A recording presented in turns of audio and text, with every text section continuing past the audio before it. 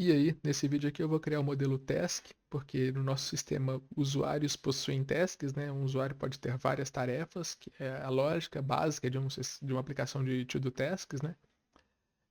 Então, tinha até criado no último vídeo o modelo de user, né? Que ficou faltando criar uma lista de tarefas, que a gente não poderia criar ainda porque não tínhamos o modelo de task criado. Eu deixei comentado aqui e no final do vídeo a gente vai descomentar aqui e fazer a associação entre o usuário e as suas tarefas, que o Spring dá suporte a essas associações de banco de dados. Um possui vários, vários pertencem a um, vários possuem vários, o Spring dá suporte a todas essas associações de banco de dados. É, Nesse caso, vamos começar aqui criando o um modelo, né? Task.java.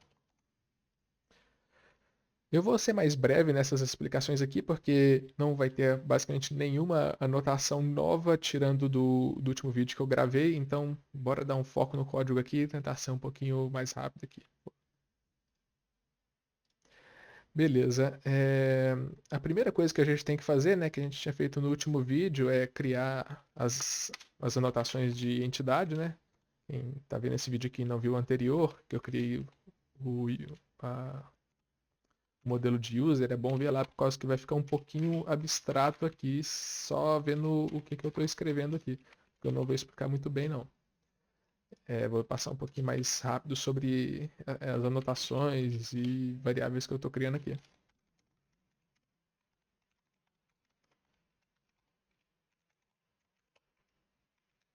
Beleza, o nome da nossa tabela vai ser task, né? Já definimos a entidade. Vou criar aqui o private long ID, é o ID do sistema. Generated values vai seguir a mesma estratégia de generation type.identity. E a column, vou definir algumas informações dela daqui, que é o name dela, vai ser ID, pode ser unique, não é necessária essa anotação de unique, mas eu costumo colocar só por padrão mesmo. É, eu vou deixar aqui um private user, que depois eu vou fazer uma explicação mais aprofundada aqui, que essa task aqui pertence a um usuário, viu, gente? É basicamente esta a lógica, mas eu vou voltar aqui para explicar um pouco melhor. E eu também vou criar um aqui, um private string description, que é tipo a descrição da task, né? Que você, tipo, tem um trabalho da faculdade, você vai criar a task colocando a descrição dela como trabalho da faculdade, né? Então, ele vai ser uma coluna e vai ter o name de description. Nem precisava fazer isso, ele ia criar certo assim, colocar o name. O name não era necessário para aqui, nem para essa daqui não, por causa que a variável já é minúscula. Eu só estou deixando bem fixo isso mesmo. E o enable vai ser false, por causa que não. É bom deixar, não bloquear o usuário de criar uma task sem descrição, né? Senão não tem lógica criar essa task. Eu coloquei o length, que o cara pode deixar uma descrição bem longa, né? 255 caracteres. E antes de criar os construtores, os getters e setters, eu vou fazer uma anotação nova aqui que vocês não conhecem, que é esta daqui, viu, gente? Many to one. Lembra? Javax Persistence. Isso daqui vai definir que várias tarefas podem ser de um usuário. Você lê assim, ó. Many vai estar relacionado a esse primeiro aqui, vai estar relacionado com as tasks, ou seja, várias tarefas são de um usuário. É basicamente assim que se lê, a forma mais fácil que eu peguei para se ler essa anotação aqui. Então, essa é a lógica, né? Várias tarefas são de um usuário. Não dá para criar uma tarefa sem um usuário. E um usuário pode ter várias tarefas.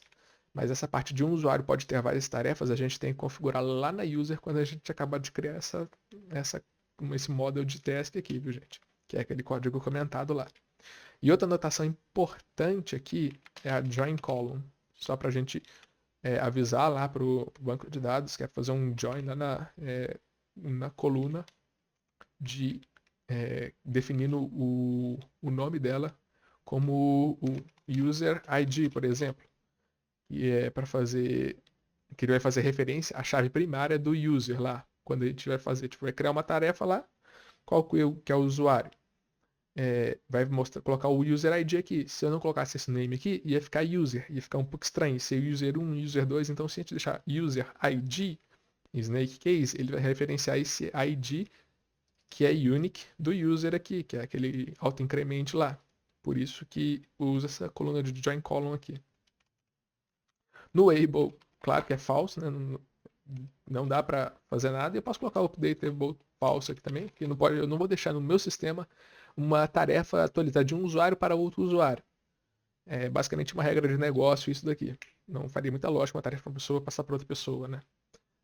Tanto é que isso aqui são coisas que no futuro poderíamos tratar com autenticação e autorização também, né? Um usuário não poderia mexer na tarefa de outro usuário.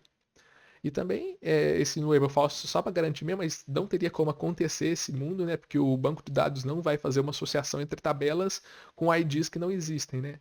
Mas só para garantir mesmo, a gente coloca a coluna como falso para ninguém zerar, colocar tipo null lá no lugar, né? Então a gente já força isso. Agora, em relação àquelas anotações que eu tinha adicionado lá, eu posso colocar aqui também, ó, not null.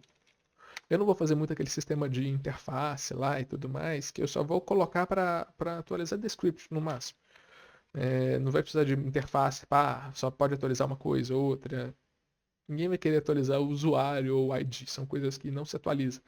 Então eu vou deixar só as anotações básicas, o not null e o not empty aqui. E o size, né? Vou colocar o size aqui para caso dê um erro, não deixar o erro cair no banco de dados. Tratar ele direto durante o Spring aqui. E o mínimo máximo de 255 caracteres, que é o máximo daqui, né? Do banco de dados. E agora sim a gente pode gerar, né? Aqueles. Vou gerar tudo aqui, vou apagar o que não precisa, viu, gente? Que é mais fácil do que gerar um por um. Já gerou aqui o empty, que é o que a gente precisa. Esse daqui com todos os parâmetros, né, do que a gente acabou de criar aqui, que também vai precisar na hora que a gente for criar uma nova task. Os getters and setters, né? Tudo aqui certinho. O equals, que eu vou corrigir ele aqui, e o hashcode também eu vou corrigir. O toString não precisamos por enquanto. Nesse caso, eu vou trocar por aquele hash and equals hashcode and equals que eu tenho aqui. No user, só vou atualizar aqui o que tem de diferente, né? Vai ser meu objeto, aí em vez de transformar em user aqui, vou selecionar tudo que é user aqui, viu, gente? Vou deixar só para caracteres valer, match case, né? Que tipo, letra maiúscula e minúscula são diferentes. Aí eu seleciono aqui, dou 2 cliques, seleciono user, dou um Ctrl D, que ele sempre vai selecionar os próximos. Aí eu vou transformar em task isso aqui. Se não for uma instância de task, vai dar erro. E onde que tem user pequeno aqui? Aqui, ó. Essa parte toda aqui de baixo a gente vai ter que trocar. Tudo que é de user. Eu já vou importar a parte de objects aqui do Java, né? Lembra Java útil para importar. Nesse caso aqui, a gente tem apenas como que chama mesmo? O ID, o user e a description, que a gente pode alterar aqui. O ID deixa o mesmo, né? Aqui, em vez disso, seria o user, né? E neste daqui seria a description. São os valores que a gente tem para comparar aqui para ver se são iguais. E o prime pode deixar o mesmo aqui, não tem nada para mudar no prime, não no hashcode, não. Porque é o mesmo tipo de geração de hash. Nesse caso, está pronta aqui a nossa classe de módulo, a gente não teria que mexer em mais nada aqui. Se tiver, eu volto depois, mas por enquanto é basicamente isso mesmo. E podemos ir lá para o user para consertar aquela parte que tinha faltado aqui dele, que é esse código comentado que está aqui em cima, que eu tinha falado que a gente ia corrigir quando a gente criasse a classe, o modelo classe de teste. Aí agora vai funcionar certinho, a gente pode importar aqui no do Java útil, viu, gente? Então direito, quick fix, import do Java útil. Poderia até dar um import mais rápido, o pessoal costuma usar asterisco aqui. Eu não gosto porque pode deixar o programa pesado, principalmente em produção. E aqui tá falando que não está sendo usada, né? Por causa que a gente não gerou os getters e setters aqui, né? Que é uma variável privada, um atributo privado, né? Se não criar getter e setter para ele nunca vai funcionar, né? Porque ninguém conseguiria acessar ele. Aí agora ele já está sendo usado aqui. Mas a gente tem que adicionar uma anotação para ele, né? Que é aquela anotação para relacionar num banco de dados. Lembra que nessas tasks que a gente tinha feito que o usuário, várias tasks pertencem a um usuário, agora a gente tem que falar que um usuário pode ter várias tasks, que é o one to many. Isso significa o quê? Um usuário, vamos lá, one user, too many tasks. Um usuário pode ter várias tasks. Eu leio basicamente assim. E eu gosto de colocar o mapped aqui, porque na real eu não gosto, é obrigatório você colocar o mapped. Ele é mapeado por onde? Onde que está sendo mapeado quem é o dono dessas tasks lá na classe task? É mapeado por esse user aqui. Não é user ID, viu, gente? É o nome da variável que você tem que colocar entre aspas aqui, ó. Mapeada pela user. Quem está mapeando de quem que é as tasks lá na task? É a variável user. Obrigatório colocar isso aqui, viu, gente? Agora rodando o programa, imagino que vai dar tudo certinho. Vou clicar em Run aqui. Como é que a gente pode descobrir se vai dar tudo certinho, né? Vai printar aqui no terminal. Se tiver algum erro, se eu esqueci de colocar alguma coisa, vai aparecer o erro aqui. E o banco de dados também vai gerar toda a estrutura dos nossos modelos lá. Acabou de ser gerado a tabela aqui, ó. Hibernate Create Table Task, com todas as variáveis, o ID, o description, o user ID, né? Que aí ele criou aqui, adicionou a constraint para o user ID, né? E se a gente abrir o nosso banco de dados aqui, tá aqui, ó. A gente entra no root. E tá aí as nossas duas tabelas aqui geradas. Esses aqui são os modelos da nossa aplicação pronta. Eu vou entrar no task aqui para vocês verem a tabela com o user ID. Big aqui. E ele é um foreign key, que a gente clicar aqui em chaves estrangeiras para a tabela user ID, que ele referencia a tabela ID do user. E é basicamente isso. Tem uma forma legal de ver. Eu só vou mostrar para vocês como que fica. Eu vou entrar aqui no MySQL Workbench. Não precisa instalar isso aqui, só para mostrar como que ficaria em um modelo lógico. Eu venho aqui em Database, Reverse Engineer. Vou logar no meu banco de dados por aqui. A senha root. E aí eu seleciono To Do Simple. Next, Execute. Tá gerando. Beleza, Next, Finish. E aí, ó, fica assim, viu, gente? Como vocês podem ver, ó, o que isso aqui significa, ó. Um usuário, não sei aqui, não sei se tem como mudar zoom aqui, tem como. Beleza, ó, podem ver aqui que criou, viu, gente, essas duas tabelas, que é o usuário tendo o ID, o password e o username com as informações mais detalhadas aqui, dois cliques para poder ver se quiserem ver.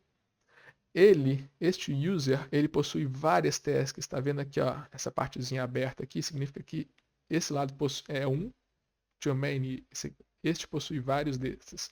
Ou seja, um usuário com um username e um password possui uma task. E essa task é identificada para o usuário, que é daquele usuário, pelo user ID dele. E ela tem uma descrição.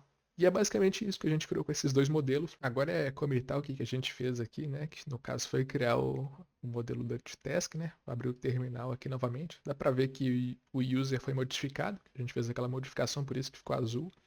E o task foi criado, que é o verdinho. Posso dar um git status aqui para mostrar, né? Modified and created untracked files. Eu vou dar um git add ponto aqui, né? Que o ponto adiciona tudo. Git status, aí eu vou dar um git con m, aspas duplas, né? Create task model. E um git push.